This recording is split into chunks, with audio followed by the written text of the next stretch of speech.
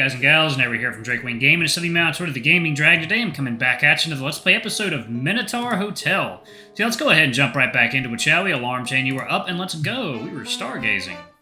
Three little lizards scamper around. That's a table right there. Three little lizards scamper around you. They approach and take a closer look, eyes glimmering in the dark. The little claws click against whatever trinkets they pick up to examine. Keychains, pins, empty beer cans being passed around for half a minute before being pushed back where they were. After the slightest movement, they run off a yard or two into the wilderness and hide behind a rock. They chitter like birds, then go silent until the tops of their heads pop up from the rock. You slip them a few treats, some grilled chicken bits, a tuna sandwich, a few apples. Their fingers are grubby and so thin. Could you enlighten me about what exactly they are? The answer is simple. Let me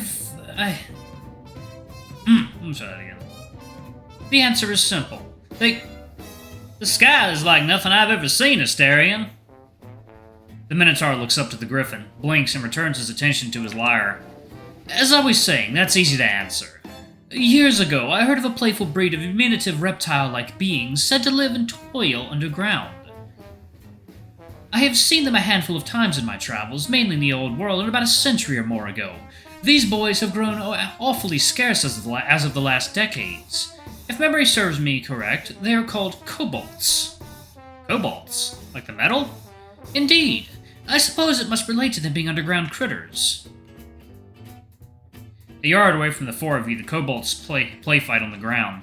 The chubby lizard crawls on all fours and charges towards the darkest kobold, who dodges and immobilizes him. The loser groans, not too different from a shrill moo. The chubby one splays himself on the ground like butchered cattle and plays dead.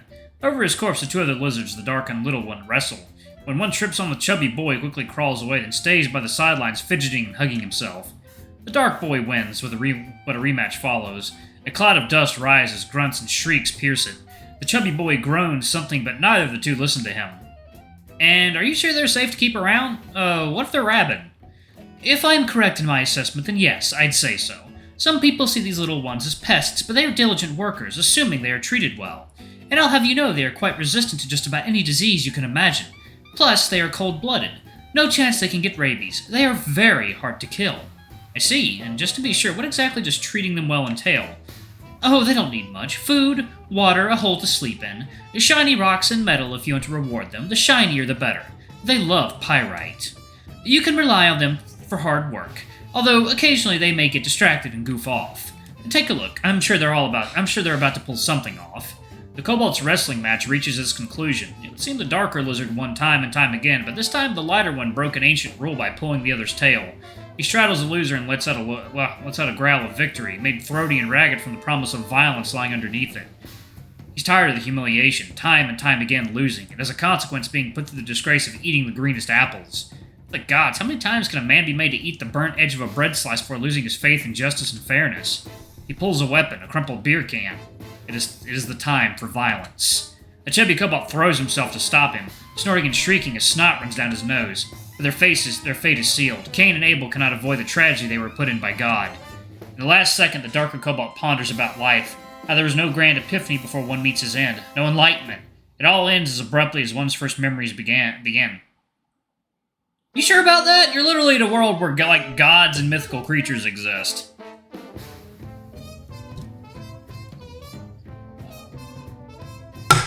Saying there's an afterlife would not be a fucking stretch of the imagination. Not one little bit.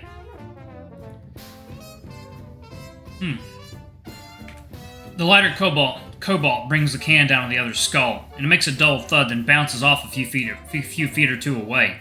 The loser lets out a dramatic wail, one filled with curses to demons and pleas to the gods, while the victor yells in maddened glory. The chubby one cries and grieves. The winner takes the spoils, the ripest apple, the thickest chicken bit, and the middle of the sandwich overflowing with tuna. What a sick, twisted world this is. The chubby boy can only wail, moaning his characteristically shrill mood and invoking the Furies to bring retribution. The victor lets out a final shriek of glory. Hold it. Let it ring across the valley until it all dies down. The end. The three boys rise, hold each other's hands, and celebrate. What a marvelous performance. The troupe bows as the invisible audience offers them a standing ovation. They are very playful, as you can see. Wouldn't you agree, Luke? What? The kobolds, aren't they the funniest little things you've ever seen? Yeah, sure, funny little rascals ate my lunch, but sure. You can't blame them, they're so thin. Who knows when they last had a proper meal? You were literally describing what... One was being described as chubby. I don't think he's thin. Uh-huh. The griffin goes back to poring over his reddened papers. You get up to check how he's doing. There's a celestial atlas on the table. Its pages are thoroughly scribbled with very faint pencil marks. On the margins are lists of names and dates. So, Luke, how's it going? Are the stars good tonight? Absolutely. The night sky here is just incredible. Look for yourself. Have you ever seen stars so clear as this, Alexios? Can't say I have. I don't think even the most secluded place I've ever visited was like this. Aye, not a drop of light pollution. If we were near a city with buildings and homes, lampposts and what have you, that whole junk makes it hard to see the stars. But not a drop of that here, and I don't recognize these stars at all. Not a single one of them. Except, maybe, I see a string of stars that reminds me of Hydra, but it might just be a look-alike.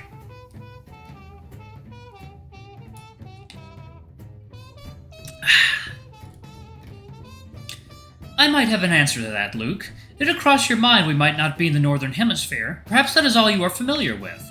It did, in fact, and that ain't it. Plus, I'll have you know I know my way around the Southern Celestial Hemisphere. If there's one thing this bird brain here knows, it's the stars. As you may expect, there's no telephone or GPS signal here either, so there's no way of knowing for sure where on Earth we are. But no place on Earth would have a sky like this, so my hypothesis is we aren't on Earth at all. Ha!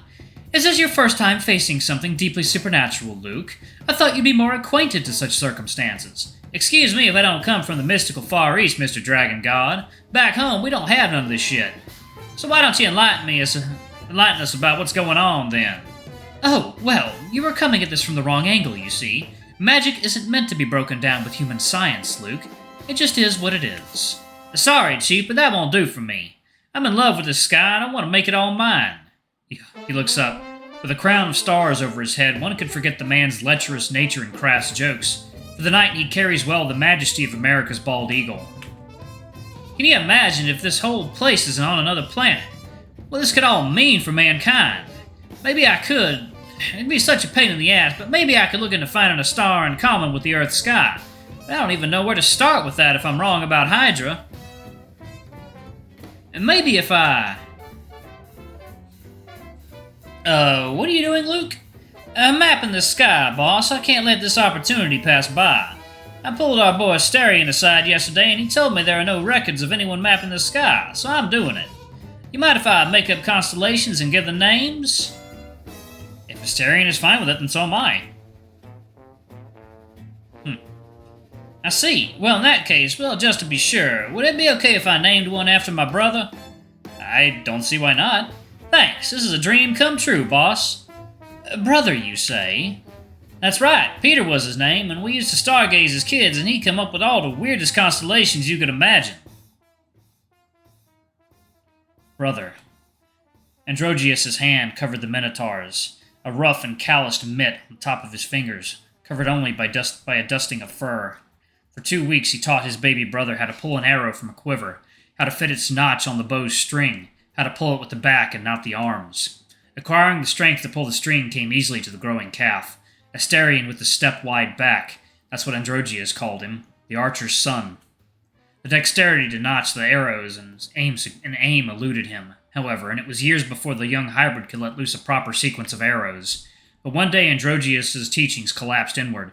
Perhaps something changed in the Minotaur's eyes, or a blessing took root in his hands. All he learned was made flesh, and from then on his progress was nothing short of prodigious. From that day onwards, once every other week or so, their father would rise early to watch their practices, to have his undivided attention as target after target fell, until it all came to an end. Androgeus, how short was our time together, and yet few left such an everlasting impression in me. If only I had remained in Hades.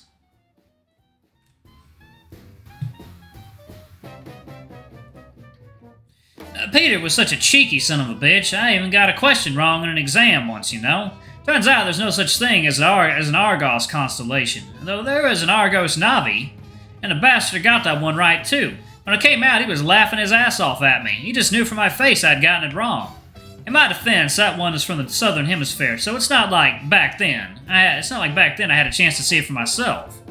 I see. So you had a good relationship then. Hell yeah! How about you, Blue Boy? Got any siblings back wherever home is for you? Any brothers? I wonder, what is it that makes two men brothers? Being born of the same parents? Being raised together? Well, yeah. Is that so? Well, regardless. I had a brother, once upon a time. A red-scaled dragon, more apt in the martial arts than I. I, on the other hand, found my aptitude in priesthood and scholarship. Still, we got along well with one another, like two halves of a whole, as the shrine priests would say. And indeed, we would have our disagreements and arguments, but they never mattered much in the end. Onsen and I, we... The dragon loses himself in reminiscence for a moment, and the smile drops off his face. Of course, the circumstances made us go our separate ways in the end. Oh, you know where he is? How he's doing? Who knows? What? He took a turn. Androgeus. I never asked if he... do that in his voice. Androgeus. I never asked if he liked the feathers. That night was much like this. I aimed my bow to a star, as if somehow my arrow could reach it, and set it loose. 3 times I fired an arrow, and then it fell. Phrynius and I prepared the fire, our sacrifice to you, feathers of a holy bird. As for Phrynios, we had no common blood, but we were brothers just the same. That night we partied and drowned the embers with wine, and you told me to. Forsake the labyrinth. We can worship the gods all the same, pay their due respect on our own hearth, and build a shrine around it. Asterion? You can have your freedom if we build our faith. Asterion, are you listening? The Minotaur looks to the dragon, lips sealed as the words cut through his thoughts. He takes a swig from his wine bottle. Pardon me, what did you say? I was asking, do you have any siblings? Yes, brothers and sisters. Do you mind if I ask where they are now? They aren't around anymore. Quite a while since we last talked.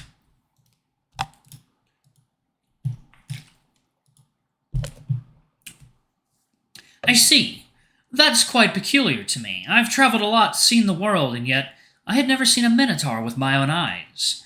In fact, of all the myths and legends, it is widely believed that minotaurs didn't exist, or at least don't anymore. Moo. Would you mind telling me your siblings' names? Oh. The Minotaur raises his eyes from the lyre. The Griffin and the Dragon had seen much of the labyrinth's mysteries by now, but he hadn't told them, and neither did the Master, he assumed, about his true nature. Did the Dragon learn about it somehow? Phrynios was my brother. Is that so? A very Greek name, just like yours. Is that a family tradition? It's our culture. Greek culture. Or perhaps a... You know, it was my brother who first called me Luke. Did yours ever give you a name, Asterion? Yes, he used to call me Little Star. Little Star, huh? That's the name of a hymn my ma used to sing to me. Oh, would you care to hear it?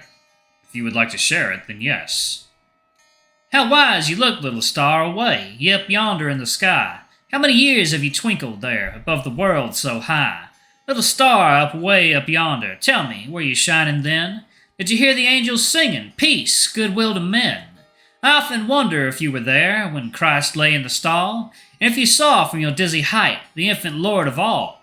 If you had listened on that night, could you have heard the song that floated down in the midnight air from that angelic throng?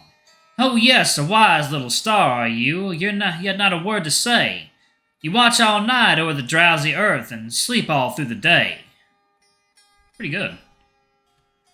Alright, y'all, I'm going to pause it right there. Thank y'all so much for watching. Don't forget to like, comment, subscribe, ring that notification bell, and check out our Patreon if you can. It always helps. Before I go, I'm going to give a quick shout out to our lovely bronze tier patrons. Thank y'all for all I do for the channel. We greatly appreciate your support.